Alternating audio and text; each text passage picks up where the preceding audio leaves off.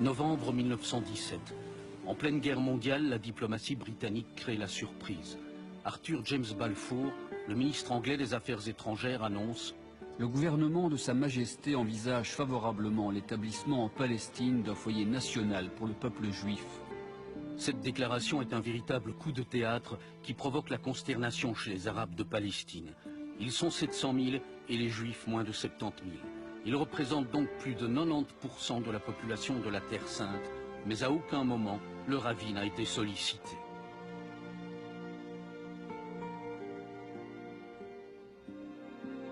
Dans la deuxième moitié du siècle précédent, la Palestine fait partie de l'Empire ottoman. Sa population arabe cohabite tant bien que mal avec quelques 30 000 juifs, dont les ancêtres se sont installés là plusieurs siècles auparavant.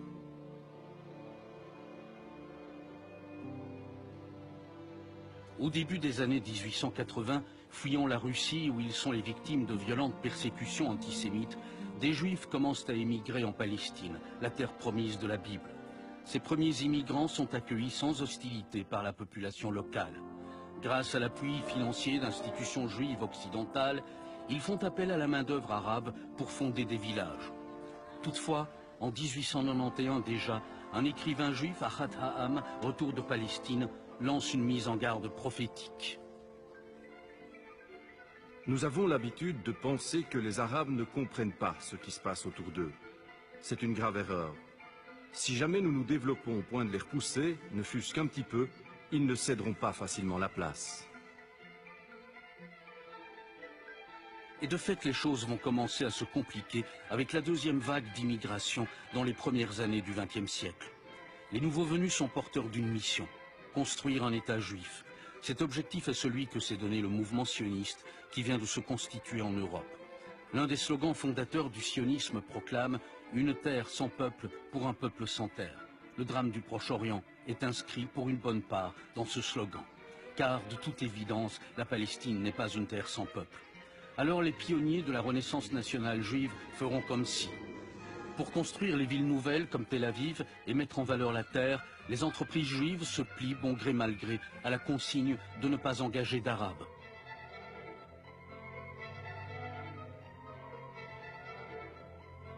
D'ailleurs, la toute nouvelle confédération syndicale, la Histadrut, est strictement réservée aux travailleurs juifs. L'organisation sioniste achète des terres à des paysans endettés ou à de grands propriétaires installés à Beyrouth ou à Constantinople. Le climat s'envenime et des incidents éclatent. Des Arabes de Palestine s'en prennent aux immigrants. Les pionniers juifs ont fini par leur apparaître comme des colonisateurs. Voilà qui conduit les installations juives, agricoles ou industrielles, à s'armer pour se protéger.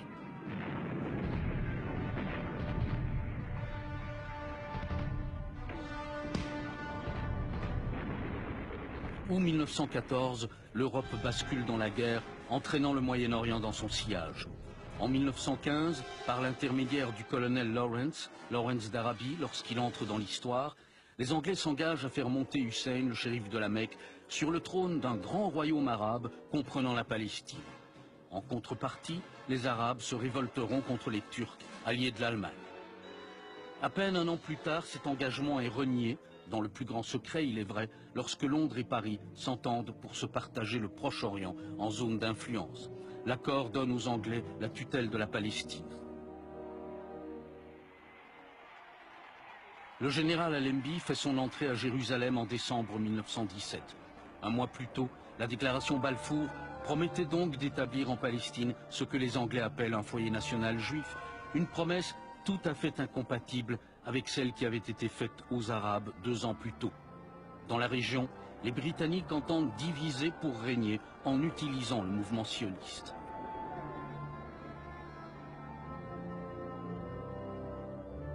L'une des conférences de l'après-guerre, organisée par les vainqueurs, celle de San Remo en avril 1920, avalise l'accord secret franco-britannique de 1916.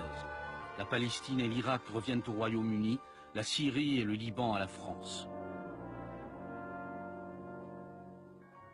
Dès 1920, la réaction des Palestiniens est violente. À Jaffa, il y aura 100 morts, dont une cinquantaine d'Arabes, abattus par les Britanniques, qui ont pour mission de protéger la minorité juive.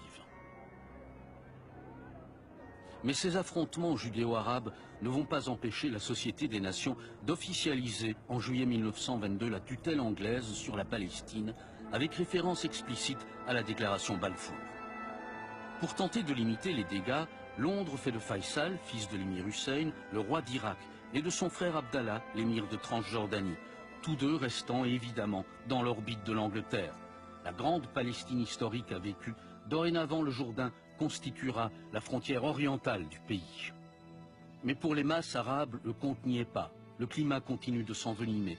Londres, qui n'est pas insensible au rapport de force sur le terrain, décide alors de réajuster le tir.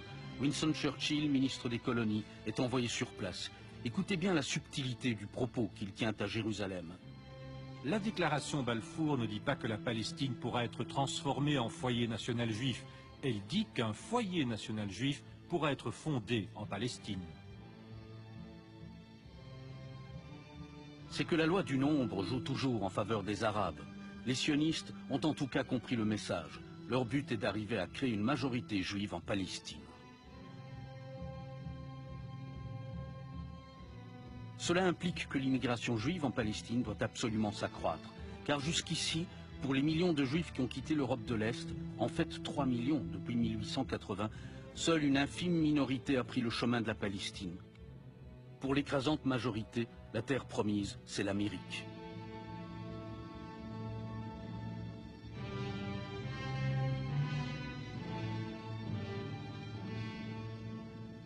Mais la situation commence à se modifier à partir du milieu des années 1920, lorsque les Américains décident de réduire le flux d'immigrants.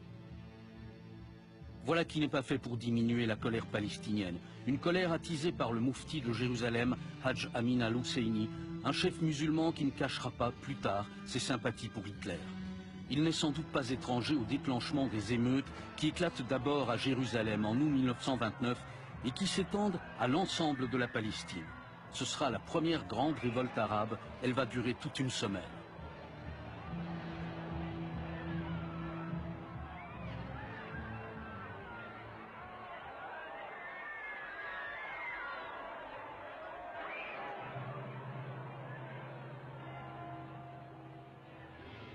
À Hébron, 60 juifs sont massacrés, leurs maisons et leurs magasins détruits.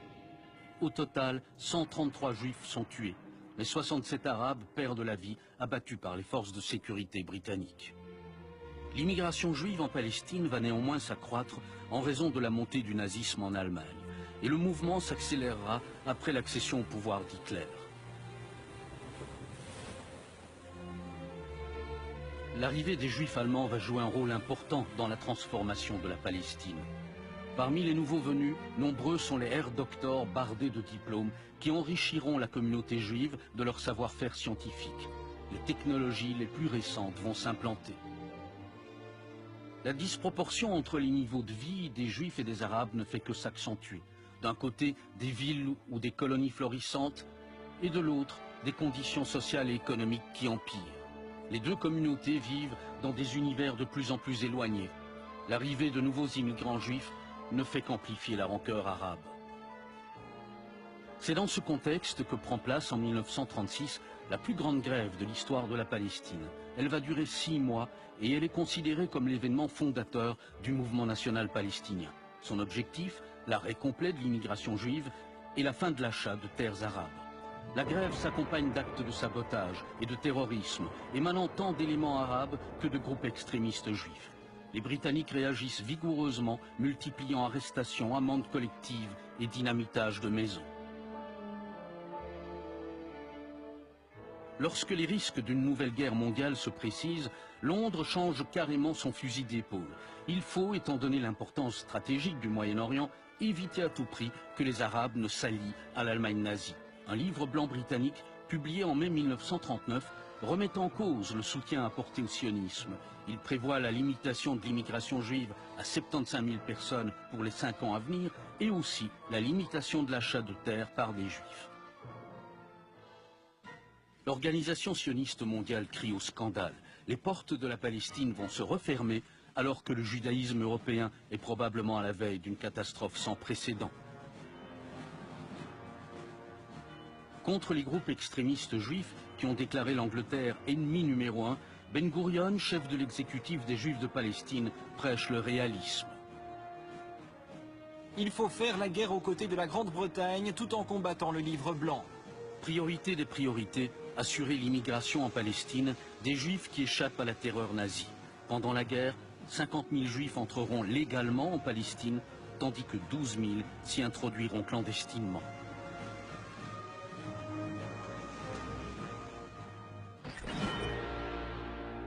À la libération, après l'effondrement du régime nazi, responsable de l'extermination de 6 millions de Juifs, les rescapés des camps se retrouvent sur les routes à la recherche de leurs familles ou dans des camps de réfugiés qui accueillent jusqu'à 300 000 personnes.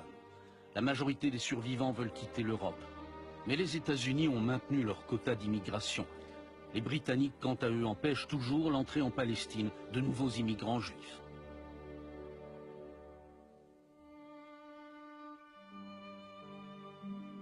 L'agence juive, en quelque sorte le gouvernement de la communauté juive de Palestine, passe à l'action.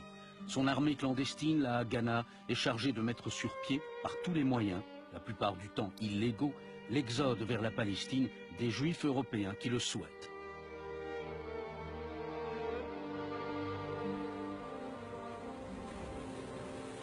Les bateaux affrétés par l'armée clandestine juive, des rafios surchargés de passagers rescapés du génocide, n'arrivent pas toujours à passer entre les mailles du blocus maritime britannique. Les passagers à bout de force, une fois leur bateau arraisonné, sont internés dans des camps à Chypre.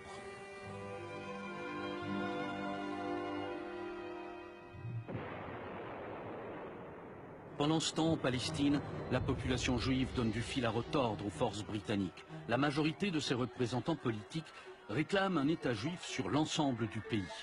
Dès 1944, deux mouvements extrémistes de droite, l'Irgun et le groupe Stern, ont mis en œuvre une politique de terrorisme anti-britannique et anti-arabe. Des dirigeants de chacun de ces mouvements, Menachem Begin et Yitzhak Shamir, deviendront chacun, plus tard, Premier ministre de l'État d'Israël. L'action la plus spectaculaire opérée par l'Irgun, le 22 juillet 1946, sera l'attentat contre l'hôtel King David à Jérusalem, siège du quartier général des forces anglaises. Il y aura 91 morts.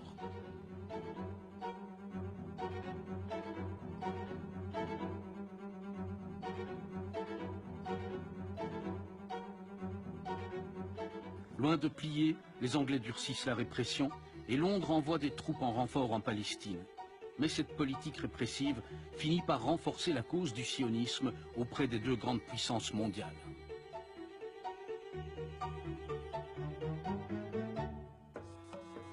Finalement, en 1947, les dirigeants britanniques décident de ne pas s'obstiner plus longtemps. Londres annonce qu'il entend se défaire de son mandat sur la Palestine.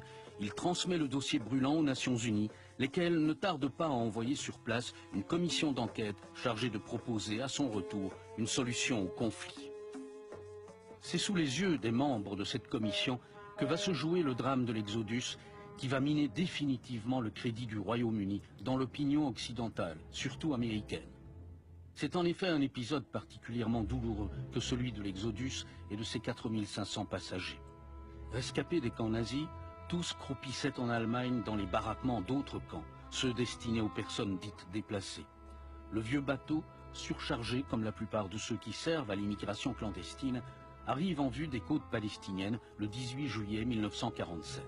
À bord, malgré les nombreux malades et même quelques morts dus à des conditions d'hygiène catastrophiques, le moral reprend le dessus. Cependant, les Anglais interceptent l'Exodus. Seuls les morts sont déchargés à quai. Les autres devront repartir pour une destination qu'ils ignorent. Les manifestations de protestation dans les grandes capitales occidentales ne parviennent pas à faire céder les Britanniques, accusés de parachever l'œuvre des nazis. L'Exodus doit regagner la France, où ses infortunés passagers avaient embarqué. Mais la France non plus n'en veut pas. Après 3 semaines d'attente, dans les conditions qu'on devine, les passagers de l'Exodus seront dirigés sur Hambourg, où ils retrouveront leur camp de personnes déplacées.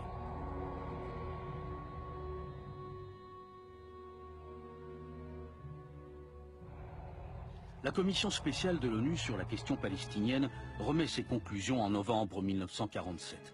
Elle préconise un partage de la Palestine en 2 États, l'un juif et l'autre arabe, avec un statut international pour Jérusalem.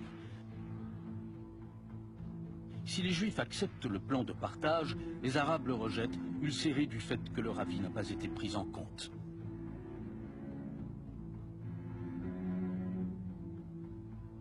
Le 29 novembre 1947, le plan de partage de la Palestine est adopté par l'Assemblée générale de l'ONU par 33 voix contre 13 et 10 abstentions.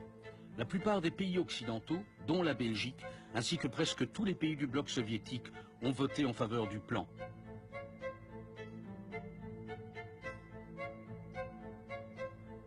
Mais Paul-Henri Spaak, alors Premier ministre et ministre des Affaires étrangères, était réticent.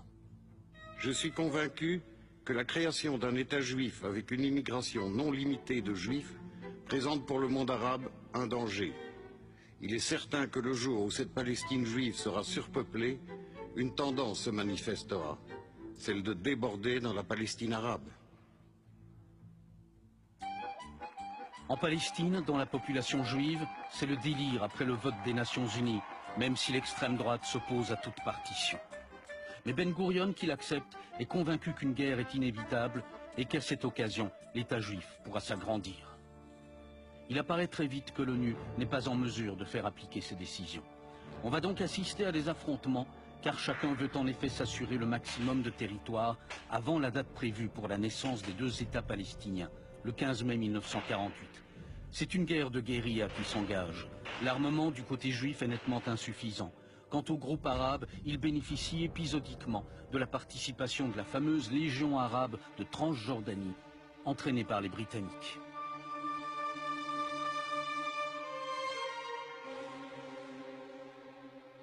Après des premiers mois difficiles pour les troupes juives, la situation se retourne au printemps 1948.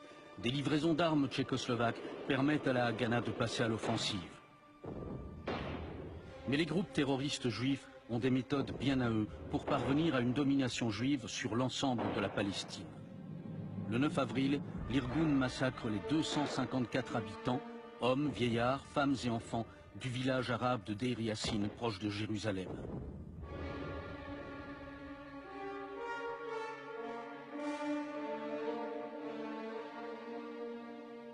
Il s'agit de créer un climat de terreur dans le but de faire fuir un maximum d'Arabes de Palestine.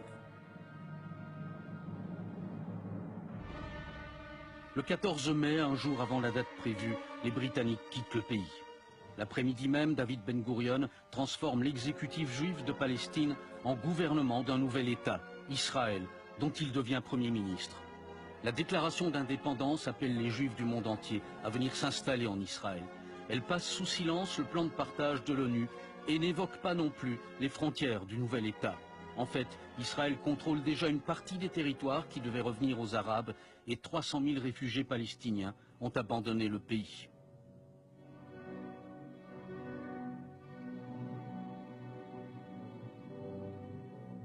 Dès le lendemain de la proclamation de l'État d'Israël, les armées de 5 pays arabes se lancent à l'assaut du jeune État. La première phase de cette guerre met Israël dans une position militaire critique. Les Égyptiens parviennent à bombarder Tel Aviv et la Légion arabe engage la bataille pour le contrôle de Jérusalem.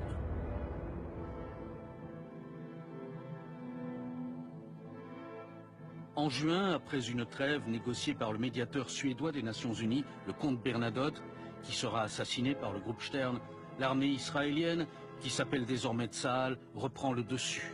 Elle peut opposer 75 000 soldats à 40 000 Arabes. Une fois de plus, le bloc soviétique a contribué à sortir le nouvel État juif d'un mauvais pas en lui faisant parvenir un armement efficace. En outre, face à des armées arabes divisées, Israël dispose de soldats déterminés qui se battent le dos à la mer et d'un état-major compétent.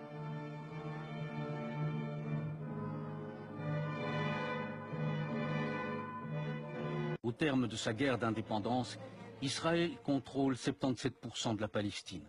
Pour les Nations Unies, l'échec est d'autant plus retentissant que le roi de Transjordanie annexe ce qui reste de la Palestine.